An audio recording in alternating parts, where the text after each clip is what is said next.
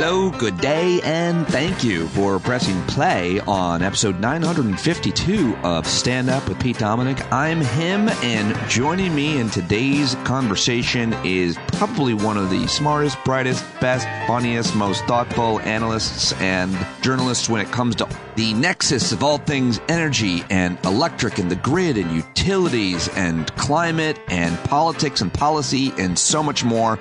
It's David Roberts joins me again today from Volts.WTF. Such a great conversation. I learned so much from his podcast and his Substack. An excellent independent journalist who everybody should be following and supporting. I think you'll love my conversation. So great to get David back on the program. Our conversation starts at about 7 minutes in here. But first, just a few news stories. How are you doing? Checking in with you. Happy honeymoon to Talmadge Kirkland, who is a longtime listener and subscriber. He is a commercial airlines pilot who joins us often on the Hangouts, and I reached out to him last night while he and his wife are in St. Lucia, and Kevin Richburg and everybody else can rest assured knowing that he's had good weather so far, and I love to celebrate all things happening within our stand-up community, and I hope that you will continue to help me grow it. Tell your friends to join us on over here, standupwithpete.com. Learn more there about the show and along with me here on the program each and every day. Let me know who you want to hear on the show, standupwithpete@gmail.com. Well, the latest out of the Middle East, Hamas has released more hostages as Israel ramped up strikes. The headline at the New York Times, Hamas released 2 women who were taken hostage by the Palestinian group during its October 7th attack on Israel. The Red Cross confirmed their release, saying they had helped transfer the women out of Gaza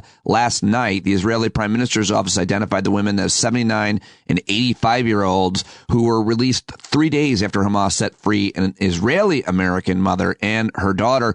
More than 220 others are believed to be held captive in Gaza, a tally that has grown as the Israeli military has collected more information. The Biden administration, for its part, pushed Israel to delay a ground invasion of Gaza, arguing that more time is needed to negotiate for hostage release. U.S. officials are also hoping to buy time to allow more humanitarian aid to reach people in Gaza, where dozens of trucks carrying food, water, and other supplies have arrived in recent days. Israel's military said it had struck over 300 targets on Monday. 300 targets? What are they? With what kinds of munitions? In one of the biggest barrages yet of the war, the Hamas-run health ministry said that hundreds of Palestinians died in the strikes, but you don't trust them. The Israeli military has said also launched attacks in Lebanon targeting Hezbollah. I don't trust them or any military reporting either. So it's really hard to know what exactly is happening, how bad it is, and where to get information, trustworthy information. But I'll continue to try here on this program, and you'll continue to feed me different sources, I am sure. The other big story, of course, continues to be that House Republicans have started their 3rd week without a speaker. They've been trying to elect a new speaker since the beginning of October. 2 nominees, of course,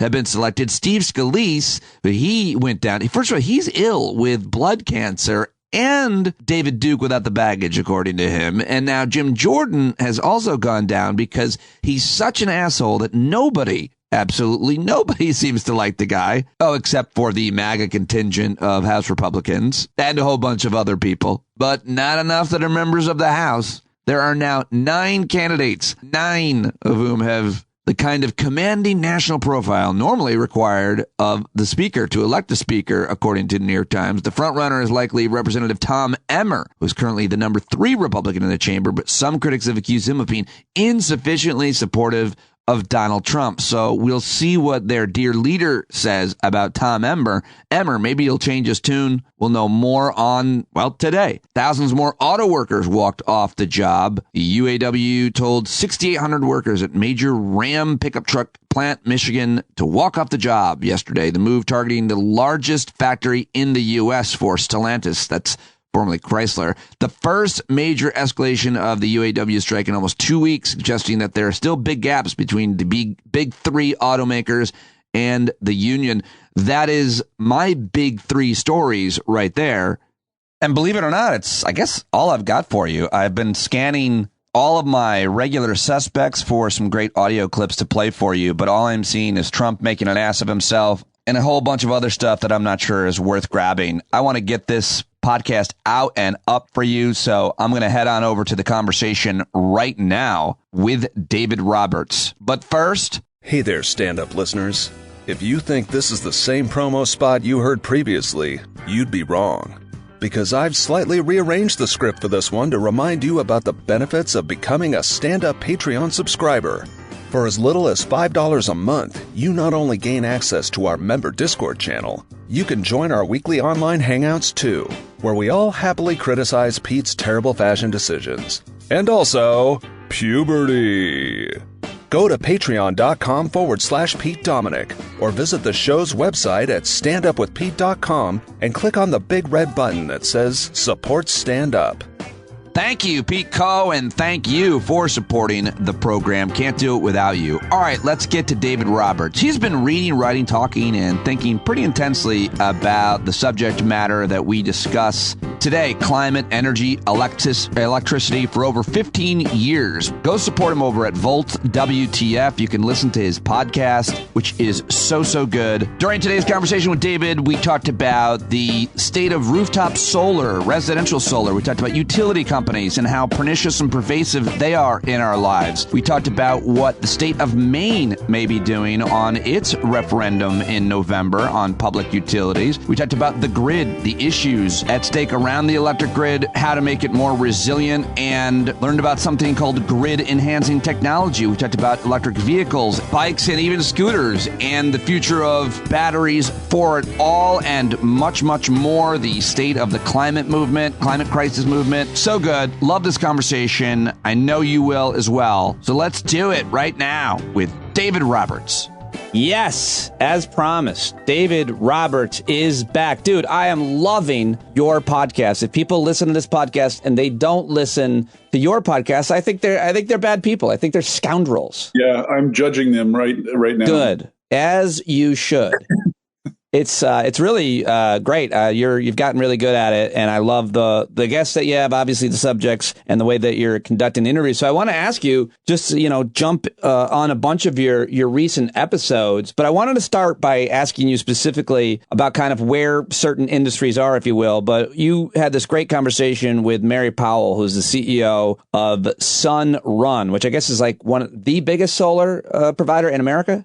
Biggest rooftop solar, residential solar provider. So we're talking about residential solar, and to tie it into your trip to Australia, they do 1 out of 3 houses. We do a 1 out of 25 houses. We have plenty of sun in America. Start with explaining where that industry is at and why we are so behind other places. Yeah, it's really interesting because, solar panels themselves, the cells themselves are very much commoditized. It's very much a global market. So we're buying the same cheap solar panels that they're buying in Australia. So it's not that. It's not the hardware, right? It's all the what are called soft costs, which means finding an installer, calling, getting a permit, getting the initial permit, getting the initial inspection, all that stuff, basically.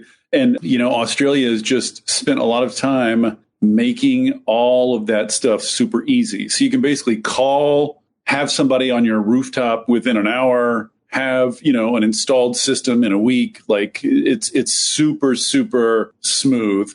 And anyone who's gotten rooftop solar in the US will tell you it's like a hassle. It's a hassle even under almost the best of circumstances. And that's partly industry. It's partly, a lot of it is regulatory. A lot of it is our horrible utilities, which don't necessarily want to make it easy. Like there's a bunch of explanations, but it's all the non-hardware parts of it, basically. Bureaucracy. Yeah, bureaucracy. But you actually have a whole, I think it was a post or a pod about wanting more bureaucracy in this country. Well, I do love government capacity. This is bureaucracy in the negative sense of like unnecessary barriers. So some of those barriers, let's just, you mentioned utilities. You beat this drum a lot in your work, and I think they have gotten a big pass by a lot of folks, journalists, activists, obviously, because they're more obscure than the fossil fuel industry. But everybody knows that they're paying a utility company. It's not like we don't know they exist. But I think the issue is that there are so many different agencies and companies, the public-private partnerships. Most of us don't understand how they work, who they are, who's making money, how they're making money. But they seem to be one of the biggest problems in, well, the world, but certainly the U.S. for progress here. Yeah, I once said when I sat down to write a series on utilities back in I want to say 2013 or something like that, 10 years ago, I introduced the whole thing by saying that utilities are protected by a force field of tedium. And that line has really stuck. People quote that back at me all the time. And it's true. You dig in a little bit and it's you're in a swamp of acronyms and agencies. And so it's very difficult to pull a clear sort of good guy, bad guy fight out of that. It's very difficult to clarify the stakes. But the main thing to know, and I've repeated this a million times, but people still need to hear it, is just that the way we set utilities up, the way we establish them, they're monopolies. They get a monopoly over a territory, and in exchange, they're supposed to keep rates reasonable and low and provide good service. But the way they make a profit is not on selling electricity, right? You can't allow a monopoly to make money on the thing it has a monopoly on, because then it can just crank up prices forever, right? There's by definition, there's no competition. So it can't make money. We can't allow them to make money on electricity. So how do we draw private capital into utilities? We do it by offering them a rate of return on their investments in building stuff. So if they invest in big power poles or transformers or whatever, they get a 9 or 10%, depending on the utility and the regulatory body, 9% guaranteed rate of return on that investment. That's how they make money. So that made a ton of sense when we needed to electrify the country, right? When people didn't have electricity, we needed to draw capital in and build out electricity to the country. It was a good incentive 100 years ago. Yes, 100 years ago. But now it's built out. And now we need to do a lot of things that are kind of the opposite of building. They're economizing. They're building less, like energy efficiency. If you do energy efficiency well, you need to build less, right? If you do distributed energy like rooftop solar well, and people are generating their own power, that means you need less utility infrastructure. And all of that is good for society, but directly against utilities' interests, right? They want to build more stuff. So anything that has them building less stuff is inherently against their financial interests. And that basic clash is at the root of so many, obscure energy problems. If you pull the string far enough, you come back to utilities basically not wanting to do it. Right. So they have to be forced and cajoled and bribed. And they'll only do as much of it as you bribe them to do.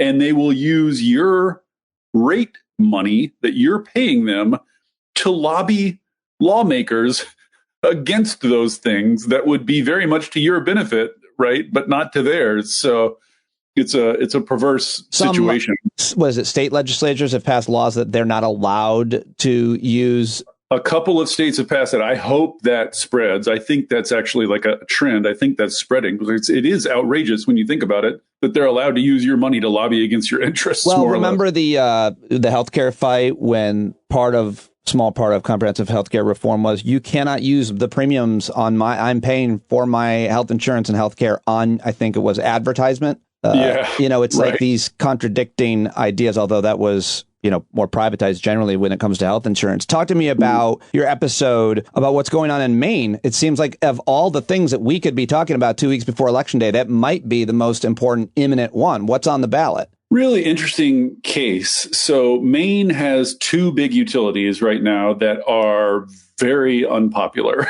They provide pretty low quality service. They have some of the most complaints of any private investor owned utilities in the country. They have more frequent blackouts, lower quality service. That they are standing in the way of rooftop solar, really jacking up sort of fees and stuff on rooftop solar, slowing those things down. So the people of Maine are upset. And what they want to do is, and this is a referendum on the November ballot, is replace those two private utilities with a single public utility, a single main utility called Pine Tree Power that would be governed by a sort of quasi-elected board of people in Maine and operated on a nonprofit basis. So instead of whatever 9 to 10% being siphoned off for profit, it all goes back into investing in better service and more decarbonization for Mainers. Is that what they're called? Mainers? I think they're called Mainers, by the way. But the way you're describing it, it seems like that would be in the public's interest. What are we missing? It's not that simple.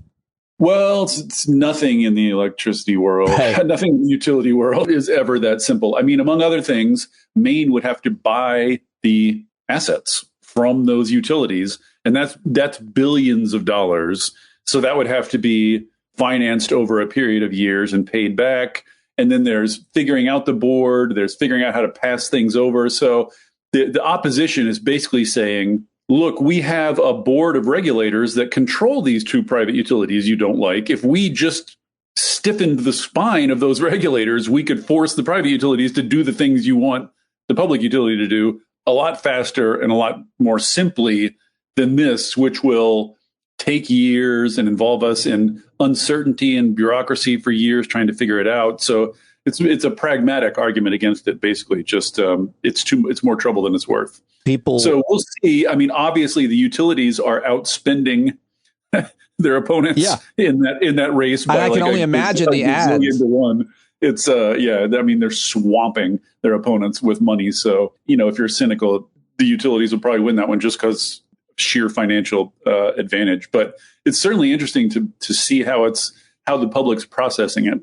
Everybody is using the same grid nonetheless. Well, that's not the right way to saying it, but everybody is on the grid. All the utilities, all the homeowners, every resident, we all depend on a grid. You talk a lot about that grid. You get granular on it, which is why I love listening to you. You talk to all the best experts on it. How do I talk with listeners? How do we talk about it with people who don't quite understand what we mean by the grid? And because we've got to talk about the fact that it's really old and it's really hard to change it, obviously, but there are some things that you could do to adapt it right now to make it far more efficient. And of course, there are plenty of obstacles on the way. But how do we talk about it? How do you talk about it best for people? Well, I think my entree usually the way I introduce the idea is to say that we need to decarbonize, right? People understand that more or less we need to get rid of carbon, and the best way we know to do that today is to electrify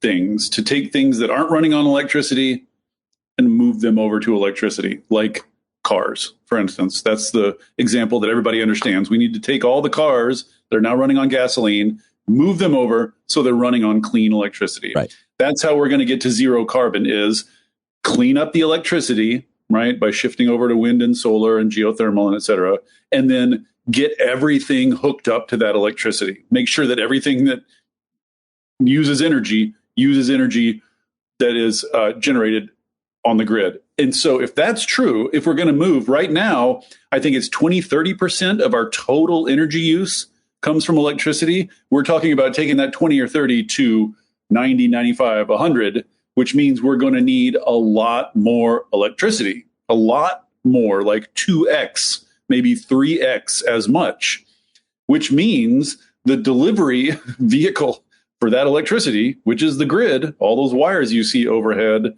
is going to be expected to do much, much, much more. It's going to be expected to decarbonize our entire economy, and it's going to be expected to basically run our entire economy. Our entire economy is going to be sustained by that grid in a way that's much more fundamental than is true today. So if nothing else, we all need to start thinking a lot more about the grid and paying more attention to it. It's sort of, it's been sort of working away in the background for years and has not really been a subject of public conversation. But now, we need to grow it quickly, and we need to make it more resilient and effective quickly. We need to turn our attention in that way. And so, as you say, it's difficult to build more of it, although we have to. There's no way around the fact that we have to build a lot more transmission lines, long distance transmission lines, just to ease the burden and share the burden more widely and bring the renewables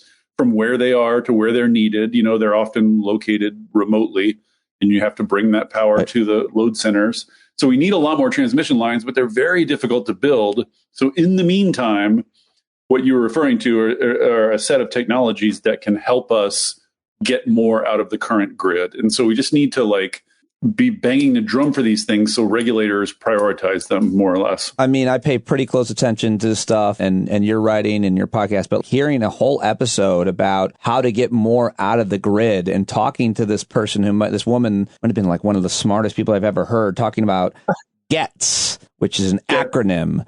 Grid enhancing technologies. Grid enhancing technologies, and the fact that there are a lot of solutions and then obstacles, the lack of transmission infrastructure and the capacity versus the congestion. And we need, as you just said, more and more. And yet I can't explain it well. The load times when everybody wants it, it creates congestion, and we need to just be able to adapt. But you did this whole episode where it's not necessarily that we have to build and rebuild, but right now there are things we could do to adapt the current ancient infrastructure to make there be less congestion and more adaptability. Transmission. Yeah, I mean, the sort of general point I make is that I think, most people don't think a lot about the grid at all.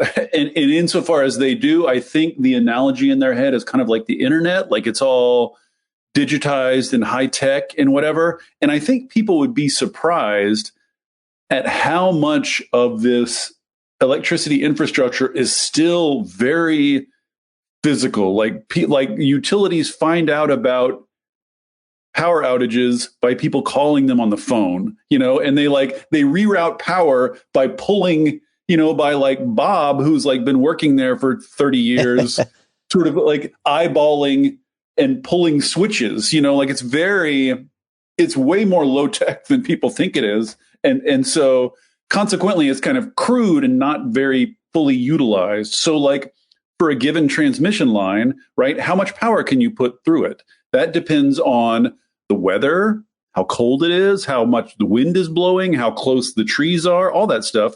But we don't know for a given transmission line all that stuff because we can't go out and monitor every single one of them. So we're just guessing. We make these estimations and we push the amount of power through it that is well below our estimation of its capacity, just to be super careful.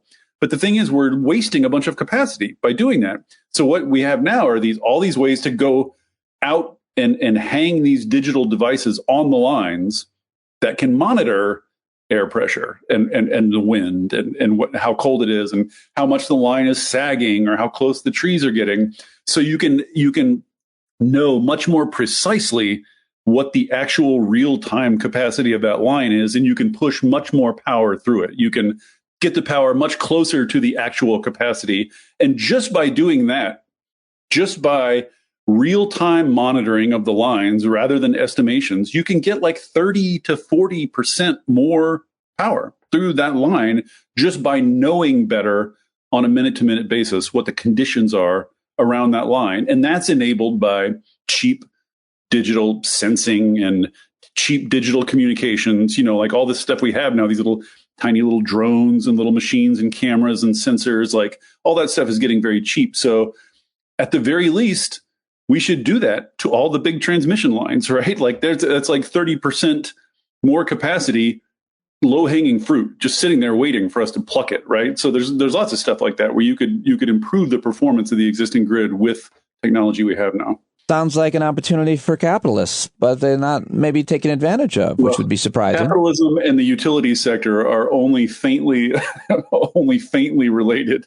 Why is that? Can you explain why it's different? Monopolies, right? I mean, that's it. There's no competition. If you're the transmission regulator for a given area, you run the transmission lines. You don't have a competing set of transmission lines that's trying to outperform you, that you're under pressure from. The only pressure you feel at all is from regulators, and very often you're very cozy with those regulators. You know them, and you've been donating to their campaigns. So there's just not a lot of market discipline involved in these areas. Although there have been attempts in the past few decades to introduce more, but it's still pretty sleepy backwater in terms of in terms of market dynamics. So much more to say about the grid enhancing technologies and that woman that you talked to. I got to look this up. I don't want to keep calling her that woman that you talked to. So brilliant. Julia Selker, her name. She was really fascinating. She's an activist. She's great. Well, she's the head of this basically advocacy organization that's trying to push these grid enhancing technologies, just sort of banging the drum, trying to raise awareness of them.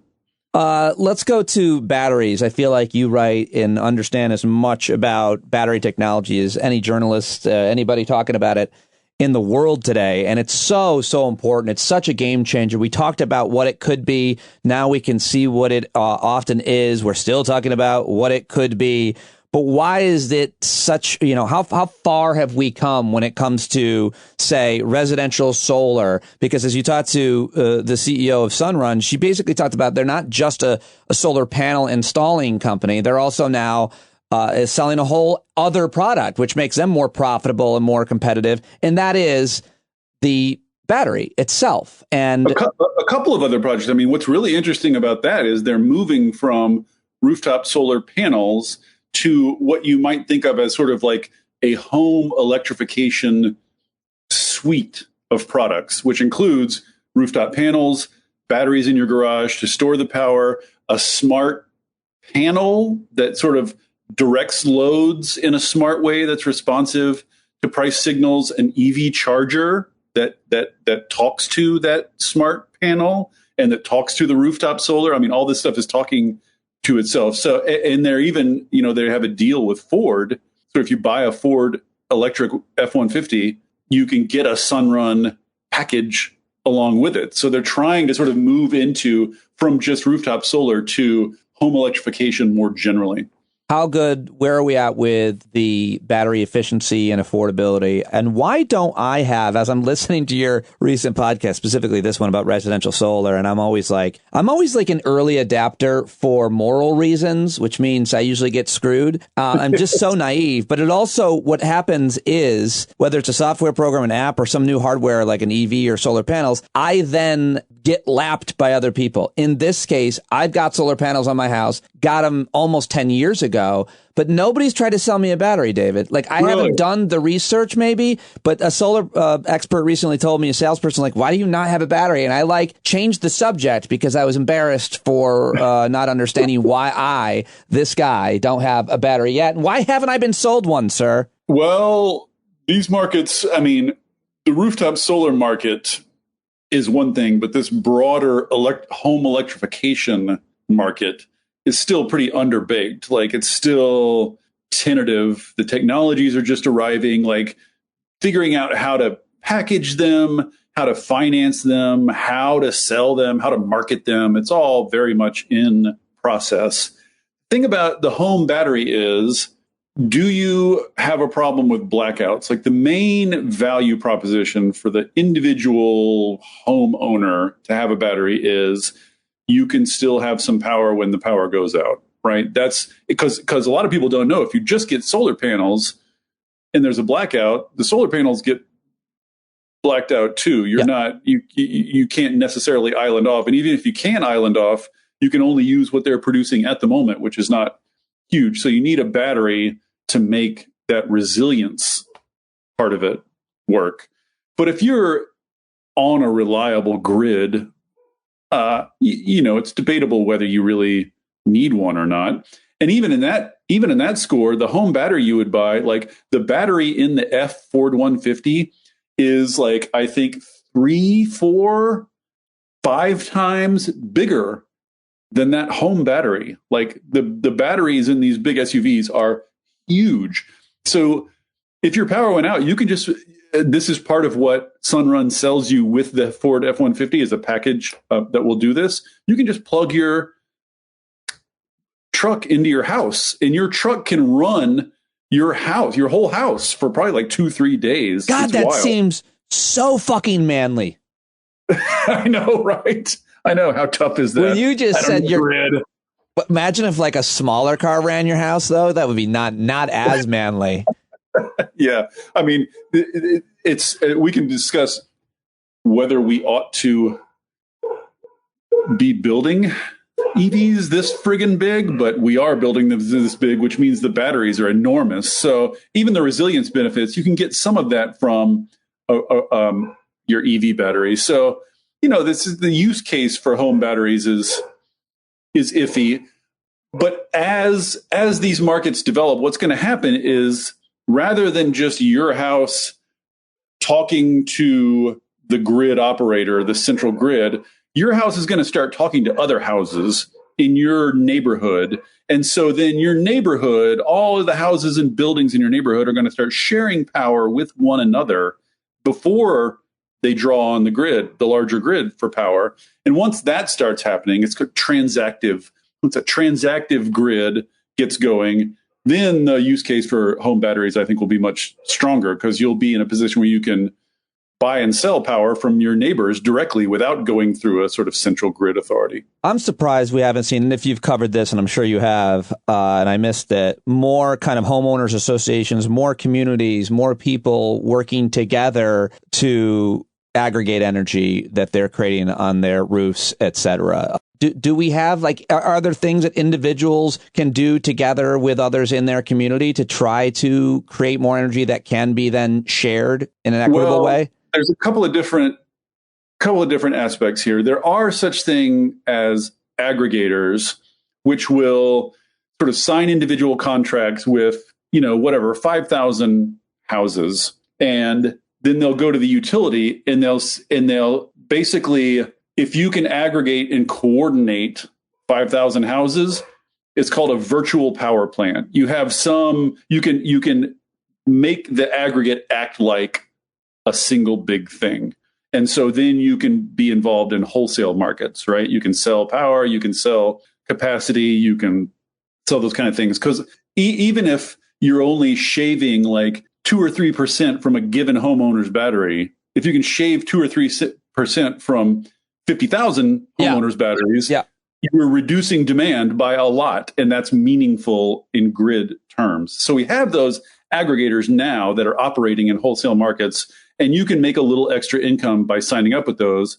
But that's different than what I think you're getting at, which is sort of community resilience, community self-reliance, that kind of thing, where it's sort of you have community solar and then a grid, a sort of micro grid where you all live together and are sharing with one another. That is much more nascent, in part because it's just we don't have a model for it, right? We're back to utilities, right? It's utilities don't favor that necessarily and don't have a regulatory model for it. The other thing that seemingly doesn't favor it is American culture. We hate sharing stuff. Like the rest of the world does better. I'll just say that, at sharing things that everybody benefits from, but I would rather not share with you. I don't like you. I don't like anything. I think if it ever really takes off at scale, it will be mostly automatic. Mostly it will be happening behind the scenes and you won't know. Right. You won't be bothered by it, right? Like if your water heater heats its water at, in the middle of the night rather than in the middle of the day, you're not going to notice. Hot water is going to be there when you want it, right? So it'll be aggregated behaviors like that are meaningful. But if things go well, homeowners largely won't even notice it's happening. You mentioned electric vehicles a couple times. For the consumer electric vehicle, a whole nother pod, I suppose, on public transportation. Because you certainly weren't saying that we shouldn't have big buses and trains electrified. We were talking more about individual vehicles like giant pickup trucks being electrified and maybe the morality or practicality of that. But when it comes to the current market, David, where are we? And what do you say to the folks who are still criticizing EVs for all of that kind of hacky reasons, from they blow up and catch on fire to their, I don't know, whatever people say to criticize them? Obviously, they're still not affordable for most Americans. You finally just got yours. I think you got a Chevy. But the point is, most people aren't getting them still. I don't know where the market share is, but you seem to think, and a lot of analysts do, that this is completely inevitable, and entertaining the idea that it isn't is preposterous. Is that fair to say? Yes, that's fair to say. This is. I mean, I have worries all day long, but this is not one of them. I mean, I think I'll just put it this way: that I think we're past the tipping point globally and in the U.S. where the shift to EVs wholesale is inevitable on some time frame, right? Like we always, as with everything, we need to be going faster than we are, but we're on the bottom of that S curve where we're just starting to go up. So things are going to go faster and faster and faster and faster. You see this, a number of states now have policies where they're not going to allow gas or diesel cars to be sold in the state after 2030, like California, I think a bunch of others. You have states like Colorado, which are doubling EV subsidies. Even the federal EV subsidies are doubling it, and they are accelerating their uptake. The charging is still getting hashed out. It's still a little bit of a pain in the butt, but, there's a big pot of gold at the end of that rainbow. So there's a lot of people competing, and that's going to work itself out. It's all going to work itself out. It's inevitable. And if you've ever driven an EV, like, this is another reason why I'm confident about it, is like nobody who's driven an EV goes back, right? Like it's so much better. It's so much better, not just not visiting gas stations, but just the actual like minute by minute acceleration. Like I bought the lowest end EV that you can get, basically. Like my wife and I bought a used Chevy Bolt from 2018, right? So it's like the hatchback, 5 years old. And it is so zippy. It's like the zippiest car I've ever driven. I hate cars. I hate driving. And I love driving because it's just like, it's like a video game. It's so much more fun than, for sure, than any gas car I've ever driven. I'm on my second. I still have the old one, 2 Chevy Volts. And the late lamented Volt. Yeah, so sad. But I noticed that right away. And now obviously the higher end ones are that much more zippy to use. It's about propulsion. It's so, by the way, I think propulsion is super manly too, by the way. Yes. I test drove the Mustang. Oh yeah. Mach, whatever they're calling it. And my wife and I agreed, it's genuinely unsettling how fast you can go off the line. My first thought was like, I don't want ordinary people in charge of this kind of power. Like, this is ludicrous. Yeah. I mean, I can't even imagine what like your high end Teslas or whatever. Like at a certain point, you're just like, it's a hat on a hat. Like you're going faster than you ever will need to go on a normal street. So I'd like to see those cars start to get scaled down. What are the remaining obstacles, do you think, to wider adaptation? It's charging infrastructure is almost charging infrastructure. And this is maddening, and I don't have a great explanation for it, is why U.S. automakers are so obsessed with making large luxury EVs. Why the nascent little market for EVs in the U.S. is dominated by these giant tanks that cost $60,000 to $80,000 or whatever. Who's going to make the little city car? Who's going to make the cheap little, like the equivalent of the VW Bug for the EV era, right? Who's going to make the little $10,000 city car? And it's starting to look like Chinese automakers are getting really good at those. And they're going to come over and start eating our lunch if the U.S. automakers don't get a clue. But that's another barrier right now, is just that most of the EVs are high end. So there's a whole part of the market that's not being served. But the market will figure that out too. Well, that's what I would think the answer is the market, the American market. Europeans and I guess Asians are used to smaller cars because they don't subsidize gas, so they have to pay more, and you're not going to get a giant car. They also don't usually drive as far, I guess, would be the answers. But in America, the American automobile manufacturers must have all of the data. And I'm sure, one thing is, I keep making the jokes about masculinity. There's a little bit of that, like people like weird insecurities, but there's also like a lot of people that want to that have kids that want to drive these giant cars because they're safer for them. They're not safer for anybody else, but they're safer for the people driving them. So is it just that we're afraid to get into small cars and they're not cool? I don't know. I'm naturally suspicious of the sort of culture argument. I think that what happens is large economic forces shape our desires, and then we're like, oh, look at what we just naturally desire. Like Americans just naturally desire bigger cars. It was like, well, they sold bigger and bigger cars and made the bigger cars cooler and marketed them more and phased out their lower end cars. And so everybody went along with that. And now they're like, oh, it's because we wanted it. Well, I was like, maybe, but I bet, I bet they could manipulate us into wanting something else if they wanted to, like this idea that there's something inherent in Americans that wants big cars is goofy to me. Like, I can understand wanting a big car when all the other cars are big, just because you're terrified to go out in a small car. That makes sense to me. But like, there's nothing funnier than being in like a big city, driving these narrow streets and watching these yahoos, pencil dicks with their giant SUVs trying to maneuver on these little streets. I'm just like, what are you getting out of this? What is this? It's gotten to the point of like self-parody now. And it's worth saying, I mean, I get yelled at if I don't make this point, that EVs still wear down the roads.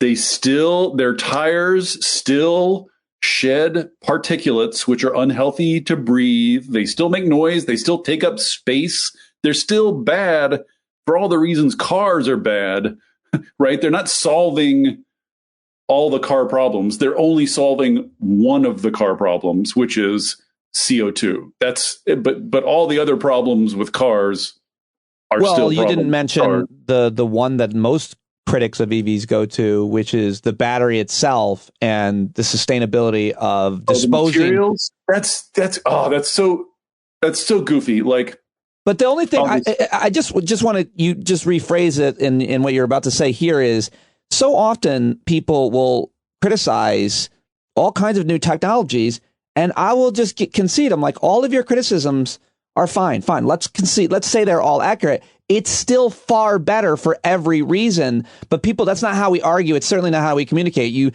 What about the batteries? You're so Mr. Anti-pollution. What about those batteries? I'm like, I get it. A new car, no matter how its energy source is always bad, worse than, but it's still, how do you talk about that? I think I've asked you that before, but yeah, I mean, it's such a simple point, and so it's hard to hear these kind of things as offered in good faith, because but they are sometimes. To a certain extent, humans, I think, what is ubiquitous and familiar becomes invisible, right? So the fact that driving around in gas cars is an ongoing day-to-day catastrophe for the environment just becomes invisible to us because it's so familiar, right? But here's the thing. When you dig up materials to make a battery, you dig them up once, and then you have a battery for 20, 30, 40 years.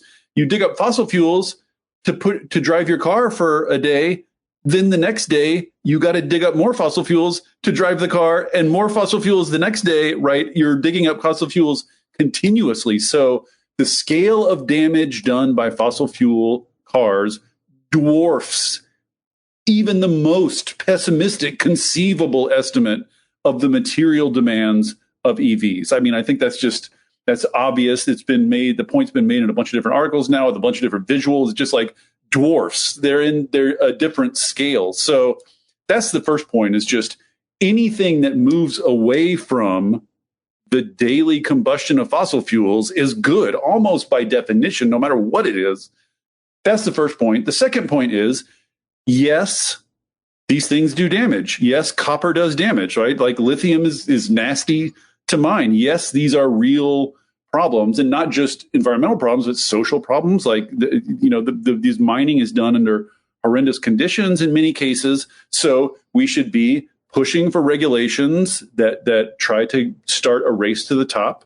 Here, we should try to get demand pull for better, more sustainably gathered materials. And above and beyond all else, we should try to minimize the number of cars we need, right? We should try to minimize the amount we drive by building better public transit and better walking and biking infrastructure and better density, right? Like, let's minimize the amount of driving, period. That will serve every conceivable environmental and social goal. Have you written or taught? I'm sure you have, but I haven't seen it, and I'm not sure. Maybe it's because I don't know how big of a deal it is or how much of an impact it is. But there are now electric bikes in every community I go to in America, and then scooters, which, I judge anybody driving a scooter because I'm so super masculine about things. Yet I have ridden them, and I find them fun. I find them so awesome. Fun. But I usually am wearing like a football jersey and like something manly, because I wouldn't just carrying a big chunk of meat or something. Yeah, I usually have like a tool belt, a chunk of meat. And ironically, I'm wearing jean shorts where the white pocket is just slipping out the under of the hem. But that's just my style. Anyway, where do you talk or think much about the bikes and the scooters and all that? I think that e-bikes are such a dark horse. I think they're huge and under-discussed, underappreciated. Okay. They are a miracle technology. Like, it's another thing. Like, if you talk to anybody who has started riding one, right, their eyes light up. Like, there's no going back. It's amazing. It's such an amazing feeling. It's like all the good parts of biking. And if you don't want any of the effort or sweat or any of that part, you can eliminate all that. You can just have all the good parts of biking. And so you can get your groceries. You can do practical things. You can carry kids around. You can tow your kids around. You can tow your groceries around. It's not going to, it's all electric propulsion doing it for you. So it's like, it is the perfect car killer. Like it, or I would even more specifically, it's the perfect second car killer, right? Rather than getting a second car, get an e-bike and your life will improve so much. You will be so happy. You'll be so glad you did. And I think e-bikes are going to be they are the single most energy efficient form of propulsion, I think, in the universe, literally. So they're just like environmentally a win, socially a win. They're fun. They're good for. Who's adapted them to them the best? I rode one, by the way. The one thing you didn't mention is that we're at an inflection point, at least, and maybe for a while, that people don't know about them. So when you ride up a hill, seemingly effortlessly, people think you're awesome. When I was in Australia, I was in, Bondi Beach, and I had like 2 beers, and I was like, I'll just ride the bike back to the train. It'll be easy because it's only 2 miles. I didn't know because, Google Maps doesn't show the gradient, and no one told me that Sydney was San Francisco hill-wise. Yeah. And so there I am riding like half in the bag up a very steep hill to get to the train station. But I did it only because... Easy as you please, just like... No problem. Exactly. It is the feeling of going up a hill effortlessly on a bike. Yeah. There is literally nothing like that in the so universe. Weird. It's hard to capture. It is the best feeling. So who's doing it? Is anybody really like adapted a city or a country that they're like really a big market? I almost feel like somewhere like the Netherlands or something. But it's all the usual suspects, right? Okay. All the cities that are doing cool urbanism stuff are doing this too. I mean, it's interesting. One of the interesting things that's happening is it's one thing if you have cars that are fast and pedestrians that are slow, right? You have sidewalk and the road. But what's happening is we're getting all these intermediate forms of travel with their own speeds, right? Like you have normal bikes, you have e-scooters, you have e-bikes, you have these like electric mopeds now, all of which are sort of slightly a different speed and a different sort of safety level. So there's a lot of puzzling out to do of how to build infrastructure that accommodates them all without them clashing with one another. All that's going on outside of the U.S. Like no one in the U.S. is doing anything particularly well on that score. But like the cities that care about these kind of things are really running into interesting infrastructure sort of puzzles, like how to solve that puzzle.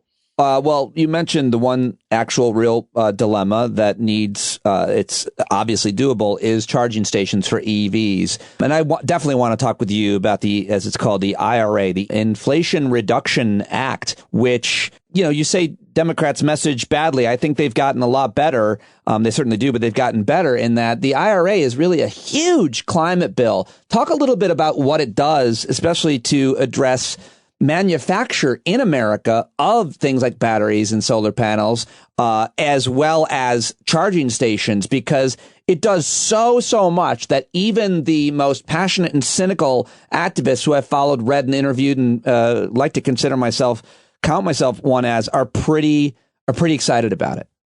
I mean, if you understand the energy system and you understand IRA, you cannot not be impressed. You cannot dismiss the significance of it. It is enormous. It is an enormous thing. And it's so I mean, there's so much to say about it on so many levels, political, social, whatever, what have you. But basically, at its root, it is the United States government dumping large amounts of money on the entire clean energy ecosystem. So not just wind and solar anymore, but dumping money on, hydrogen, long duration energy storage, e-bikes, chargers, like just name it.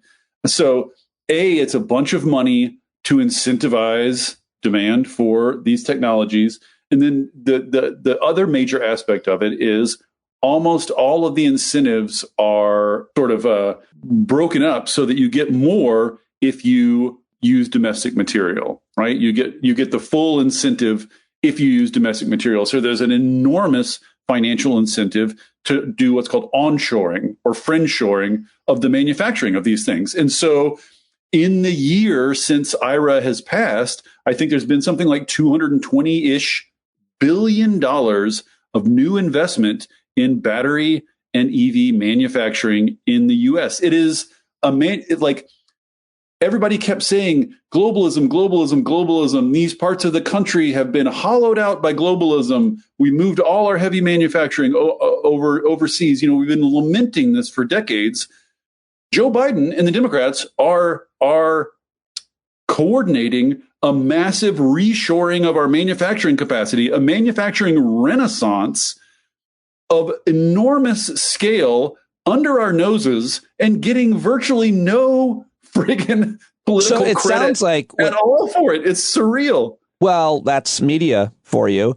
But I think, to say that the shortest way, but it sounds like you're saying is that Biden and Democrats are America firsters. Yes. I mean, that's this. Some of it was political necessity, like Manchin, as everyone knows at this point, Joe Manchin, West Virginia Senator Joe Manchin, was the kind of the needle through which this camel had to pass. I forget what the analogy is, but he was the final. It's sort of like only what he would approve of could go, and his whole incentive was this aspect of it, trying to bring these. He doesn't want to shift because right now China dominates the supply chain for almost all of these technologies, EVs, batteries, raw materials. I mean, you name it. We spent the last decade faffing about with austerity. They spent the last decade investing in their capacity. Such a waste. And now they're way ahead of us. And so Joe Manchin doesn't want to just switch to clean technologies under those circumstances, because then we would just be switching from dependent on this and that country for our oil and gas to dependent on China for our batteries and materials. So part of what he wanted is big incentives to reshore these things. And so it's happening. And another interesting political aspect of it is most of this, the majority, I think 60 to 70% of this investment is pouring into red states, is pouring into southern and Midwestern states. And so again, we have a political experiment. Like, these are the states that are literally complaining about the lack of manufacturing, right? That's literally what they say their problem is. That's why they say they've turned against Democrats, right? Here we go. Here's a bunch of manufacturing. Will it make a political difference at all? Well, to some extent, it definitely is, right? People lose their job. We don't often blame the right reasons, causes. People don't understand trade policy or tax policy. They just get a message and they get it, I mean, some people... Well, they blame whoever is president, which is dumb. Which is dumb in a lot of ways. But you're talking about this investment, especially even in these red states, and it's just that is it not being messaged well enough, or is it, as I often kind of think, that no matter how well Democrats or the people who win off of these technologies or manufacturing plants or whatever it is, they always just get so easily demonized by your local or your, popular right-wing radio guy. I mean, it's hard to beat that.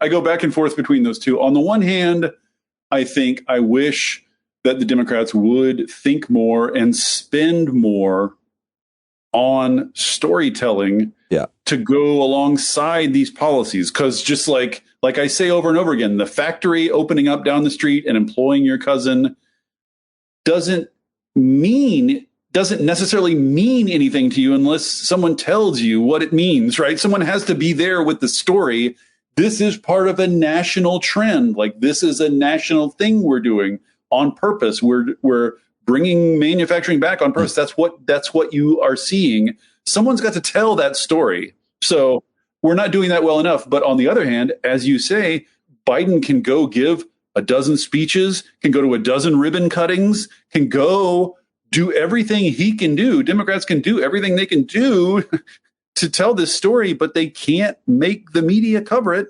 They can't make Fox cover it. They can't make right-wing radio guy cover it. Like, the information environment is so degraded that there is, in some sense, a limited things Democrats can do to get messages out. I don't know people. why no one ever listens to my amazing ideas, but I just feel like all these projects, as they're built, should be painted blue. Just paint the building, fucking battery building blue, and be like, blue brought this to you. But the truth is, blue project. The most insidious thing that happens, really, the most enraging, it happened in my town, is that the Republicans in my town came and presented a giant check to the first responder, the ambulance corps in my town, with their smiles. They voted against it, but they presented the check a month before the election, and it made me it made me very upset. Believe me, all the Republican senators and governors and whatever are attending these ribbon cuttings for these factories, these EV factories and these battery factories. They're happy to come and celebrate and say, look at this great thing we did. So in a sense, I think you're right. The Democrats need to be sort of blunter and in a sense, cruder and more obvious and more sort of banging the table about this than they are. But also, the media is so broken. There's just it's hard to know what to do to reach people anymore. People are so insulated in their bubbles. I mean, it's not just trying to reach Republicans to tell them this is happening. Like, right now, as we're speaking, we're seeing the sort of online left losing its friggin' mind and immediately reverting to this sort of, there's no difference between Biden and Trump. It doesn't matter who you elect, blah, blah. All this rhetoric is back. And I'm just like, I want to pull my hair out. Like, Biden has done so much that most people just don't ever hear about. They just don't know. Do you find that mostly as a result of what's going on with the Arab-Israeli conflict, or is it long before? Yeah. Okay, I mean, that's what I'm talking about. Yeah. But Biden's got no store of goodwill among these people, because they just don't people will say to pollsters, like, my big thing is climate change, and I'm mad Biden hasn't done anything except for open up the Willow oil field, right? Like, somehow that's the only thing they've heard about. They haven't heard about the historic multi-$100 billion investments that are pouring in. No one's told them. My 18-year-old daughter, freshman in college, we were just talking about it, and she's like, I'm just so disappointed that he greenlit the Willow project. I'm like, okay. Somehow they all heard about that. Somehow that got to them instantly, but the trillions of dollars he's spending on green technology somehow has not made it to them. And I don't know who I can tell you is responsible for that, but it's I swear to God, David, I think it's literally TikTok. It's young people get their news from TikTok. It was fascinating to see my daughters responding to what happened in Israel and Gaza. Yes. Fascinating, because they'd never seen news of the conflict, right? And so they saw it and they fell into whatever meme. I said to them, I go, guys, it looks horrible what happened in Israel. It is horrible what happened in Israel. But I promise you, everything is about to swing, because always happens this way. Israel then goes and blasts the shit out of Palestinians. You'll see. And my daughter goes, Dad, you are right, because TikTok then changed. But I do feel like that's where they get a lot of their information. And speaking of which, young people, activists, you had this awesome conversation with this really amazing human being named Jeff Ordauer, who has been an organizer for 30 years with the labor movement, with the queer movement, and now he is director of North America 350.org, which is probably the preeminent activist organization, I think, founded by Bill McKibben, but obviously a lot of amazing people in that amongst others. And you guys had this, everybody needs to go listen to that conversation for a lot of reasons. But there's this idea that I never heard that you guys were talking about, that you guys, I guess, presented. Liberal activists, climate activists have been so focused on preventing fossil fuel production and that we're so good at blocking things. That's been our strategy. But what we really need to shift is to building things. And that's not our natural place to be. And when you guys talked about that and identified that, I go, that is a long and thoughtful conversation, and you had one. So tell me a little bit more about that and what you learned from him about the movement, the climate movement. Yeah, I mean, this is part of a broader kind of, I don't know what to call movement quite yet, but this idea of, well, I'll just start here. If you want to switch from fossil fuel energy to clean energy, even if you just want to replace the existing fossil fuel energy with clean energy, you need to start now building thousands of wind turbines and solar panels and batteries, et cetera, et cetera. Like, there's no way to decarbonize the economy without building a buttload of stuff. And that means new transmission lines, new solar fields, new, more dense housing, new public transportation, all this stuff. And what's happened is the left has gotten very, very adept over the last few decades of blocking the sort of worst, egregious stuff from industry. So they're a very elaborate ecosystem of activist tropes, of laws and regulations and lawsuits and generally law, they have these whole organizations devoted to just lawyering, most of which is just about suing people and blocking stuff. And so they've gotten really good at blocking things, but this machinery of blocking is now being used to block good stuff. It's now being used to block clean energy. You have the same, sort of environmental protection laws being used to block wind turbines and solar panels and stuff like that. And by progressive activists, by climate activists? Well, by climate activists, yes. I mean, it's debatable. Environmentalists, it's debatable actually exactly what these groups consist of. Like, most professional climate activists will tell you, yes, we know we need to build a lot of stuff, but sort of like the old school grassroots environmental movement is still very much in blocking stuff mode. But it's not just activists. It's the law. It's communities. It's NIMBYs. Like, the whole country needs to shift into a building things mode. And this is what, like, if you ever listen to Ezra Klein, he talks about the liberalism of abundance. There's this sort of like movement among liberals in general to shift away from this sort of scolding talk about less and the evils of excess and all this, and more just, let's do good things. Let's build good things. Let's build a prosperous, high-tech future that we can all enjoy. But to do that, we've got to turn to building. So that's going to be difficult for everyone, but it's going to be difficult for the environmental movement to really think its way around that. And that's what Ordoer is trying to chew his way through, is how do we do activism in favor of building things, right? Like, how do you rally to build something, and how do you get people fired up? Because it's very easy to get people fired up over evil company coming to abuse you by doing this, right? That's very easy. How do you get people fired up over the possibility of building a good thing? Because, among other things, that good thing is going to be built by a company that's going to make money off it, right? So there you're suddenly doing activism in favor of a corporation, which is, feels weird. So just how to work all that out. I mean, I think what they've settled on, I think, mostly is activism against utilities for blocking stuff, right? So sort of demonize the utilities for blocking stuff, demonize the utilities, then you got your bad guy, right? But the whole point of demonizing them is saying, get out of the way, let this stuff happen, stop slowing and impeding these things. And that's, we'll see how it'll work. It's a really interesting socio-cultural shift happening beneath our feet, if nothing else. I'll let you go, man. But before I do, why don't you tell me what one of your favorite podcasts or issues or even places? You've been to Australia, you've been to Iceland this year. Yeah, two great trips this year. Yeah. To two really quirky, I mean, I didn't really plan it this way. They both sort of fell in my lap, but two really quirky island nations with very quirky, idiosyncratic energy systems that were just fascinating, Australia and Iceland. So I recommend anybody go there or read my stuff about them. But I will say my favorite pod that I've done recently is one I just recorded and have not released yet.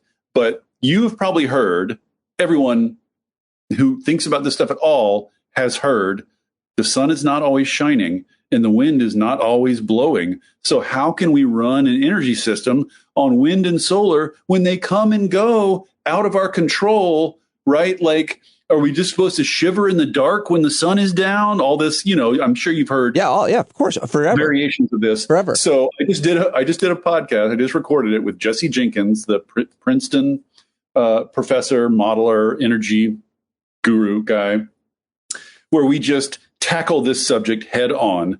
Variability, wind and solar variability. What is it? What are the implications?